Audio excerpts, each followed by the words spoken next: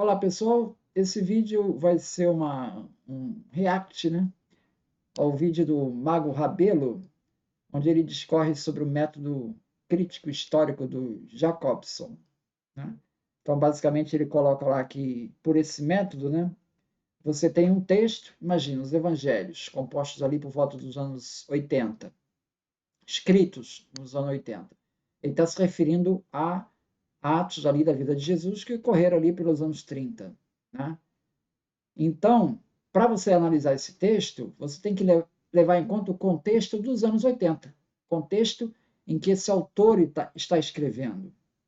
Então, é dentro desse contexto que está escrevendo. Então, por exemplo, você pega é, a parte que Jesus profetiza a destruição do templo. Tem duas maneiras de interpretar isso. Ou Jesus, de fato, lá nos anos 30, profetizou a destruição do templo, aí seria uma coisa meio sobrenatural, né? Ele fazer uma profecia de algo que não aconteceu e acertar, né? Estaria adivinhando o futuro. E tem uma outra maneira de pensar nisso, ou seja, o autor, nos anos 80, ele sabe que o templo foi destruído, então ele colocou aquela profecia lá. Então é uma maneira muito mais racional de explicar esse texto.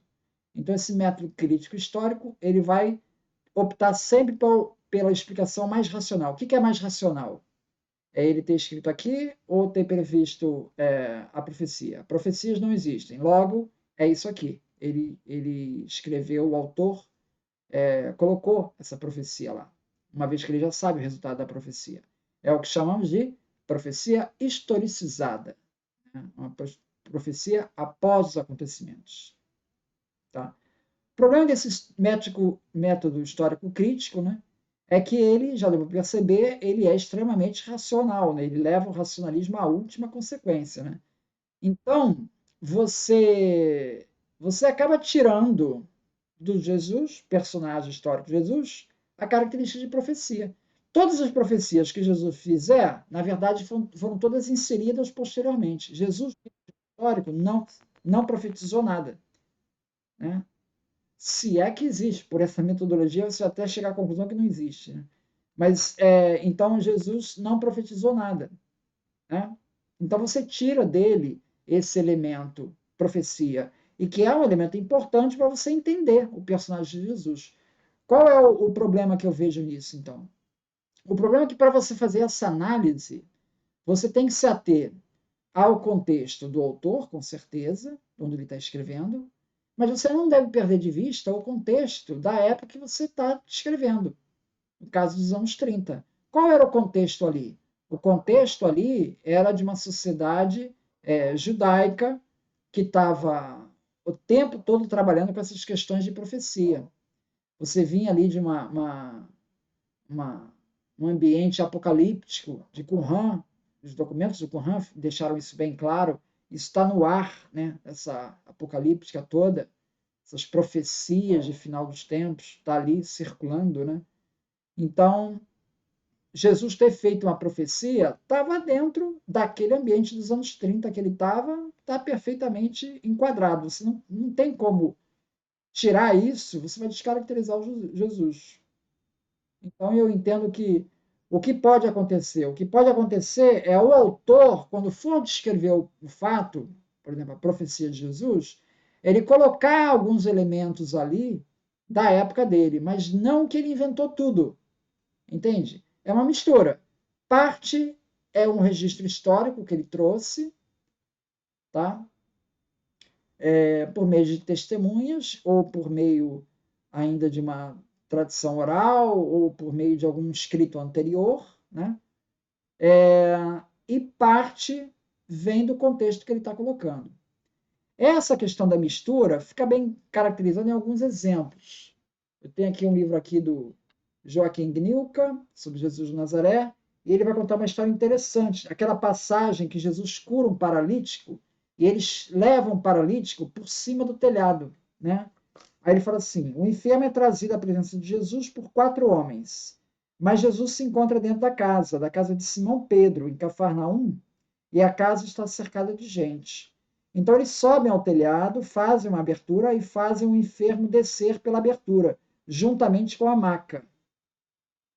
Tá? Isso aí está no texto de Marcos. A abertura do telhado é um detalhe primitivo, apontando para uma casa da Palestina, que era coberta com junco, feno e ramos, entretecidos entre as vigas e recobertos com uma camada de barro. Isso é como está em Marcos. Em Lucas 5,19, ele não adotou esse pormenor, mas modificou, transferindo-o para uma casa grega, que era coberta de telhas, o que era mais familiar aos leitores gregos. Então aparece assim em Lucas, né? Por entre as telhas o desceram com um leito. Percebe o detalhe das telhas de Lucas? Lucas, ele está projetando a casa que ele conhece para aquela narrativa. A casa de Lucas, na época, anos 80, que ele está escrevendo, tem telhas. Então ele colocou essas telhas no texto. Mas a casa lá de Cafarnaum dos anos 30 não tem telhas. É com feno. Tá? Então, isso aparece no Gnilca, aqui na página 110. Esse mesmo exemplo vai aparecer também aqui nesse texto daqui, Confiabilidade Histórica dos Evangelhos, do Craig Bloomberg, que vai aparecer na página 179. Tá? Então, esse é um exemplo de como o autor ele acaba colocando a sua marca, a marca da sua época no texto. Mas não que ele inventou a história toda, entende? Ele pegou uma história e na hora de traçar os detalhes, ele colocou detalhes da época dele. Isso vai acontecer em outras passagens também. Tá? Por exemplo, em Marcos 12:42, se diz ali que em Jerusalém, uma viúva depositou no templo uma moeda. E essa moeda aparece lá no grego. Não vai ter na sua Bíblia, em português provavelmente não vai ter. Mas se você for no grego, vai ter a moeda que se chama quadrantes. Está lá no grego, quadrantes. Tá? Essa moeda quadrantes, ela não era uma moeda que circulava em Jerusalém. Ela circulava uma moeda de cobre, ela só circulava em Roma. Então, provavelmente, o que aconteceu aqui?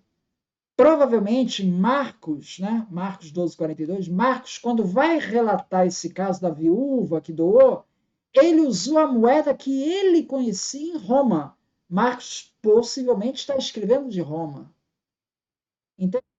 Aí ele colocou lá o quadrantes, que é a moeda dele, mas não é a moeda lá de Jerusalém, lá é outra moeda. Então essas marcas, elas vão estar mostrando como é que você tem essa contaminação local aqui. Por isso que é interessante, é importante analisar o contexto do autor. Temos outros exemplos também, tá? Temos exemplos da palavra sinagoga. A palavra sinagoga, ela no começo, ela significava simplesmente uma reunião de pessoas, era uma sinagoga, e depois é que ela passou a significar um local onde as pessoas tinham templo. Na época de Jesus, a prática do templo era reservada ao templo de Jerusalém. Tá? Fora disso, você tinha reuniões nas casas de pessoas, eram reuniões, se chamava isso de sinagoga, esse encontro, né? Essa assembleia que se estabelecia. Só depois aquilo virou um local propriamente dito. E esses são alguns exemplos. Então, conclusão: o método histórico crítico é um método válido, com certeza, para você contextualizar a redação, mas não devemos perder de vista o contexto original. Tá? E as profecias historicizadas, elas, lamentavelmente, elas fazem construir uma caricatura de Jesus, porque você acaba eliminando de Jesus características que são importantes para você entender quem é essa figura do passado. É isso, então. Muito obrigado, então.